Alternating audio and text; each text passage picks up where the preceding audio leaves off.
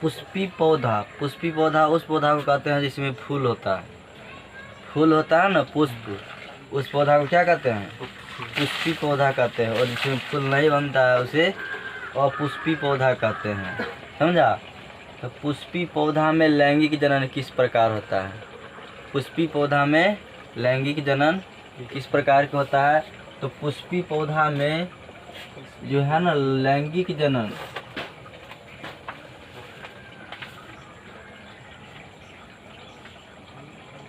देखो पुष्पी पौधा का जो है मुख्य जनन अंग पुष्प होता है।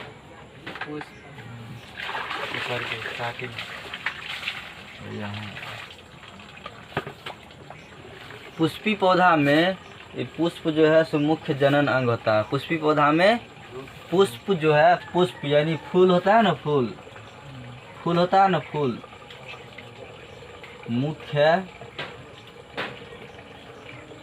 जनन अंग होता है। पुष्पी पौधा में मुख्य जनन अंग कौन होता है? फूल यानी पुष्प होता है। इसका मुख्य कार्य है, इसका जो है मुख्य कार्य है फल का निर्माण करना, फल का निर्माण करना।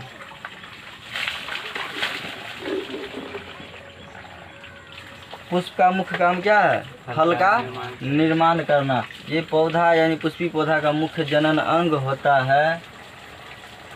इसका जो है ना से फूल का भाग होता है, 4 भाग में बटा रहता है। तो इसका मुख्य भाग, इसका 4 मुख्य भाग होता है, 4 मुख्य भाग होता है। देखो यहाँ हम पुष्प बनाते हैं एगो,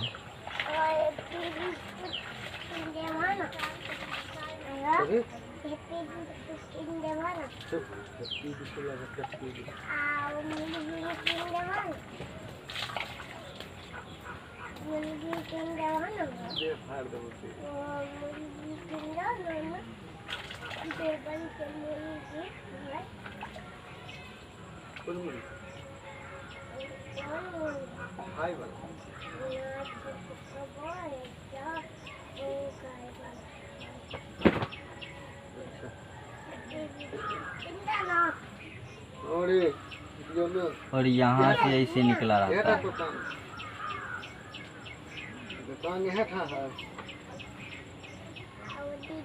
तो ये पुष्प है, ये क्या है? पुष्प है। इसका कुल जो है सो 4 भाग में बटा होता है। तो ये बाहरी भाग होता है ना, ये जिसपे देखो पुष्प खड़ा है। कोई भी चीज आदमी खड़ा रहता है अपना आसन पर, कोई भी आदमी कहाँ खड़ा रहता है? आसन पर जहाँ बैठता है उसको आसन कहते हैं ना। तो पुष्प कहाँ रहता है? पुष्प देखो यहाँ पे है, इसका नाम होता है पुष्पासन। इसका नाम क्या होता है? पुष्पासन होता है। देखो ये तो पुष्पासन है, इस पर पुष्प है, लेकिन रियल में पुष्प यहाँ से चालू होता है ना ये। तो पुष्प का जो सबसे बाहरी भाग है इसका नाम होता है बाह्य दलपुंज, बाह्य दलपुंज, बाह्य दलपुंज। उसके बाद ये जो है ये है ना, ये इसका नाम होता है दलपुंज, दलपुंज। उसके बाद देखो ये जो है ये यहाँ दिखता है, ये है पुमंग। क्या है? पुमंग है।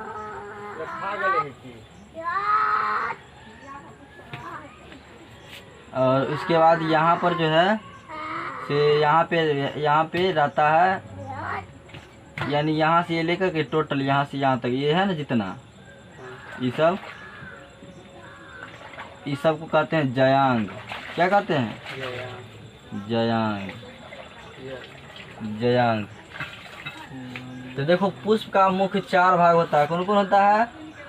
बाह्य दलपुंज, बाह्य दलपुंज, उसके बाद होता है दलपुंज, दलपुंज, फिर पुमंग,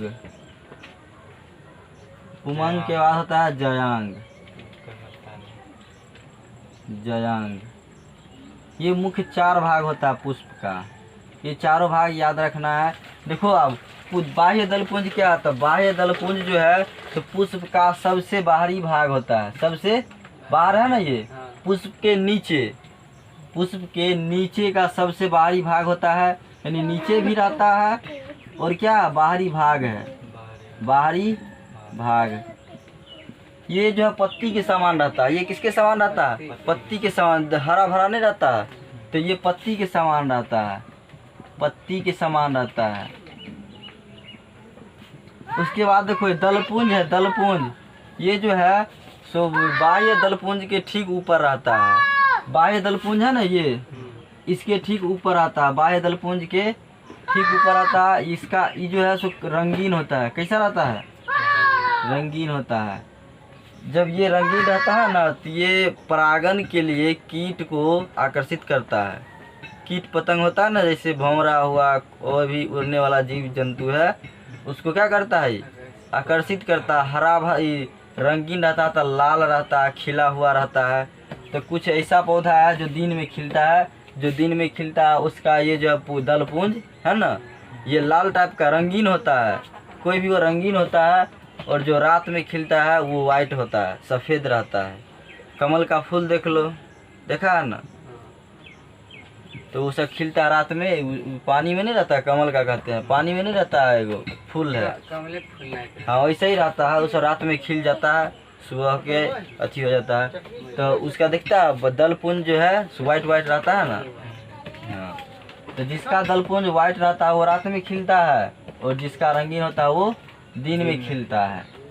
तो यहाँ तक समझ में आया। उसके बाद ये जो पुष्प का, किसका? पुष्प का नर जनन अंग होता है। पुष्प का नर जनन अंग है, नर जनन अंग है। इसमें जो है पराग कोष पाया जाता है। इसमें पराग कोष पाया जाता है, पराग।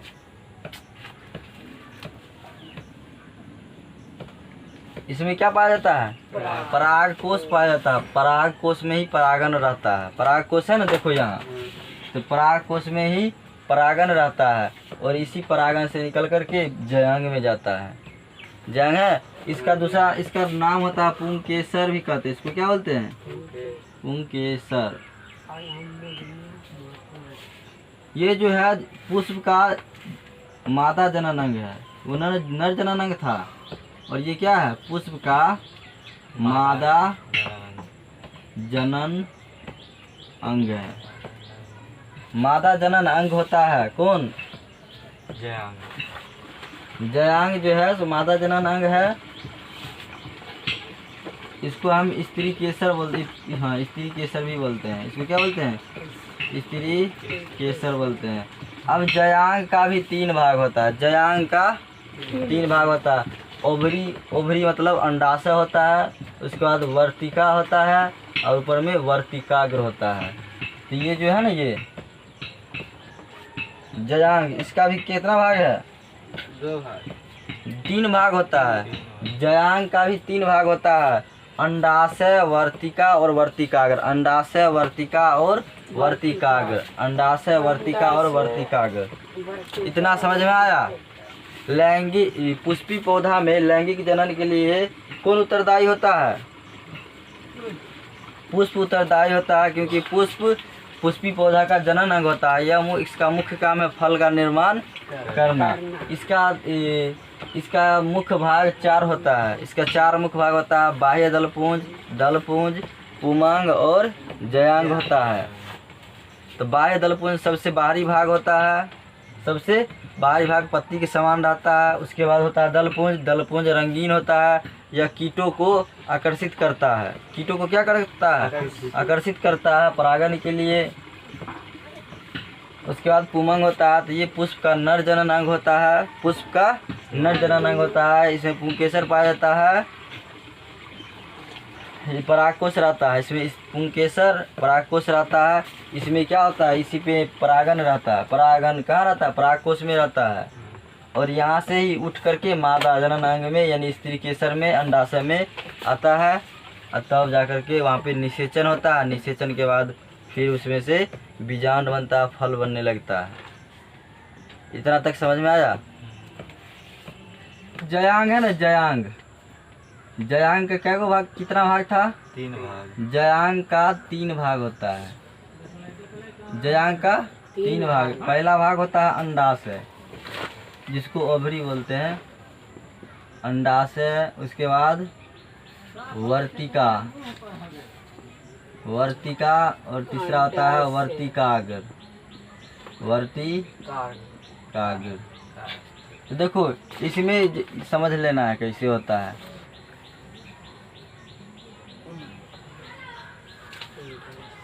ये ऐसे पुष्पासन है और इस पे इस टाइप का रहता है इसे।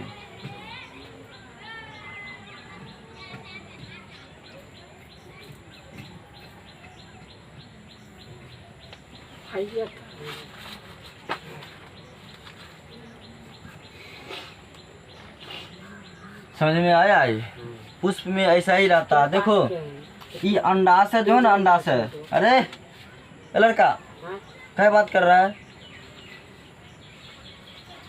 अंडाशय है ना, अंडाशय। देखो ये भाग यहाँ से यहाँ तक, इसका क्या होता है? अंडाशय है। ओवरी बोलते हैं इसको। क्या बोलते हैं? ओवरी बोलते हैं। तो अंडाशय जो है पुष्पासन के ऊपरी भाग है, ठीक तल पे रहता है। पुष्पासन के ठीक तल पे रहता है। कौन?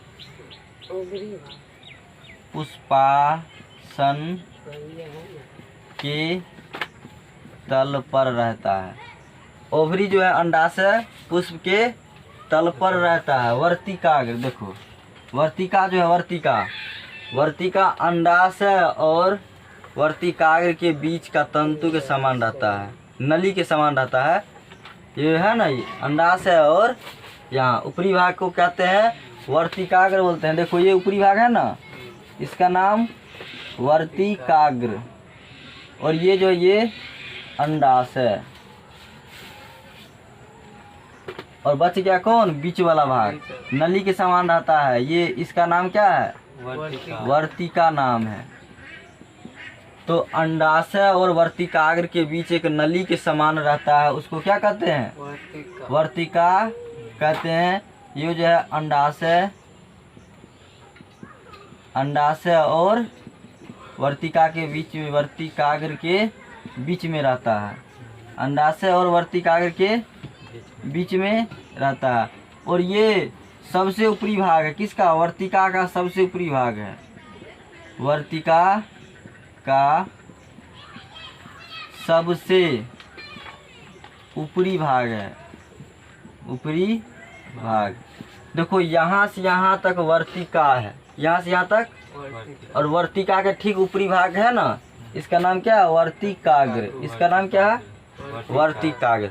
तो इसमें क्या होता है कि देखो यहाँ से ये जो है ना पुमंग है ना, ये तो यहाँ पे रहता है परागकण रहता है, परागकण लगा रहता है, परागकण लगा रहता है। और जैसे ही कोई कीट पतंग आता है इस पे भी बैठता है, इस पे बैठता है, और बैठता है तो परागन जो रहता है ना, परागकण, वो पैर में सट जाता है, पैर हो या पंखी हो, कोई भी चीज़ में सटता है। और फिर यहाँ से जैसे ही कीट उड़ करके और इस पे बैठता है, वर्तिकाग्र पर बैठता है, तो उसका पैर में जो परागकण सट जाता है वो कहाँ जाता है? यहाँ तक पहुँचता है। हाँ, यहाँ तक पहुँचता है वर्तिकाग्र में। और वर्तिकाग्र में जैसे ही जाता है तो यहाँ से धीरे धीरे यहाँ से होते होते कहाँ तक जाता है? अंडाशय तक जाता है। और अंडाशय में जैसे ही जाता है तो अंडाशय में इसका भी रहता है, नर है ना, जैसे इसमें से निकलता है, क्या निकलता है? परागकण निकलता है। वैसे इसमें अंडाणु टाइप का रहता है, अंडाणु रहता है ना, अंडाशय में अंडाणु ही नहीं रहता है, तो वही इसमें भी रहता है। तो इसमें आता है जैसे ही, तो यहाँ पे निषेचन होता है, निषेचन होता है, होते ही इसमें क्या हो जाता है? भ्रूण बन जाता है, भ्रूण बनता है। और वही भ्रूण आगे चल करके धीरे धीरे बड़ा होकर फल बन जाता है। तो ये समझ में आया? ये जयांग, जयांग जो है इसका 3 भाग होता है। पहला भाग अंडाशय, वर्तिका, वर्तिकाग्र। अंडाशय जो है सो पुष्पासन के तल पे रहता है, अंडाशय पुष्पासन के तल पर रहता है। वर्तिका अंडाशय और वर्तिकाग्र के बीच में नली के समान रहता है, टोपी के समान। कभी एगो फूल में देखना ना, तोड़ करके कोई फूल होता है ना, तो उसको देखना बीच में फूफी के समान हल्का रचना रहता है। और ये होता है वर्तिकाग्र, तो ये सबसे ऊपर में रहता है, सबसे ऊपर में रहता है। यही जो है परागकण को खींचता है, लेता है और ये ले लेता है और इसको देता है, और ये जाकर के कहाँ छोड़ता है? अंडाशय में। अंडाशय में जाकर के वहाँ पे निषेचन होता है। यहाँ पे समझ में आया? उसके बाद है परागन। क्या परागन? परागन क्या है? तो पराग कोश से, पराग कोश से परागकण के उड़ करके वर्तिकाग्र तक पहुंचने की क्रिया। पुष्पासन से परागकण उड़ करके किसी तरह से जा सकता है, आंधी हो, पानी हो, तूफान हो, या कीट पतंग के द्वारा भी यहाँ से आकर के यहाँ वर्तिकाग्र पहुँचता है। तो यह क्रिया क्या कहलाता है? परागन कहलाता है। ये क्रिया परागन कहलाता है। तो आंसर इसका हो जाएगा कि पराग कोश से परागन के निकल करके वर्तिकाग्र तक पहुँचना परागन कहलाता है। परागन में होता है कि परागकण, परागकण कहाँ पहुँचता है? वर्तिकाग्र, वर्तिकाग्र तक पहुँचता है। अब ये परागन भी दो तरह का होता है, या तो अपने होगा नहीं तो दूसरे के द्वारा होता है। परागन जो है तो दो तरह से होता है। जो अपने होता है उसको क्या बोलते हैं? स्वपरागन, स्वपरागन। और एक होता है पर परागन। स्वपरागन और पर परागन। स्वपरागन में होता है कि अपने किसी तरह से जैसे आंधी, पानी, तूफान, बरसात जो भी है, किसी तरह से अपने उड़ करके कहाँ पहुंचता है? वर्तिकाग्र तक पहुंच जाता है। तो उसको क्या बोलते हैं? स्वपरागन कहते हैं। स्वपरागन अपने होता है। और पर परागन जो है, पर परागन में होता है कि कीट पतंग के द्वारा, बाहरी कारक होता है ना, कीट पतंग के द्वारा तो परागकण निकल के वर्तिकाग्र तक पहुंचता है। तो यह क्रिया पर परागन कहलाता है। पर परागन में जो होता है ना फल बनता है वो सबसे अच्छा रहता है। किसमें? पर परागन में। पर परागन का जो फल बनता है सबसे अच्छा रहता है। तो इसमें स्वयं होता है, इसमें स्वयं। और इसमें किसके द्वारा होता है? कीटों के द्वारा होता है। इसमें स्वयं होता है, उसमें कीटों के द्वारा होता है। तो स्वपरागन और पर परागन समझ में आया? देखो निषेचन, निषेचन क्रिया। जब नर युग्मक मादा युग्मक से मिलता है, जब नर युग्मक मादा युग्मक से मिलता है तो जायगोट यानी युग्मनज बनता है। नर युग्मक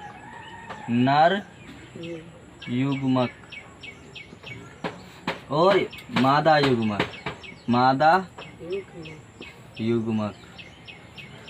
दोनों मिल लेता है। दोनों क्या होता है? दोनों मिलता है तो युग्मनज बनता है। युग्मनज इंग्लिश में जायगोट बोलते हैं। जायगोट बोलते हैं, इंग्लिश में जायगोट बोलते हैं। तो जब नर युग्मक और मादा युग्मक मिलता है और जायगोट का निर्माण करता है तो यह क्रिया निषेचन कहलाता है। निषेचन कहलाता है। ये निषेचन जो है, निषेचन किस में होता है? निषेचन अंडाशय में होता है। निषेचन अंडाशय में होता है। निषेचन कहाँ होता है? अंडाशय में होता है। देखो अंडाशय में ना पहले से बना दे, चित्र में बताते हैं, चित्र बना करके।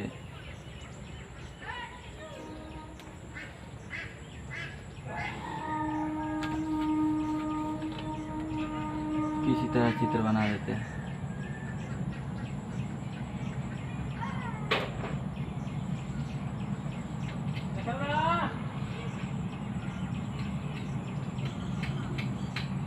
देखो ये क्या है? अंडाशय है। अंडाशय में पहले से, अंडाशय है ना, अंडाशय में पहले से 3 मादा युग्म कराता है। कितना? 3 मादा युग्म कराता है, पहले से 3 मादा युग्म कराता है। और परागन के फलस्वरूप, किसके फलस्वरूप?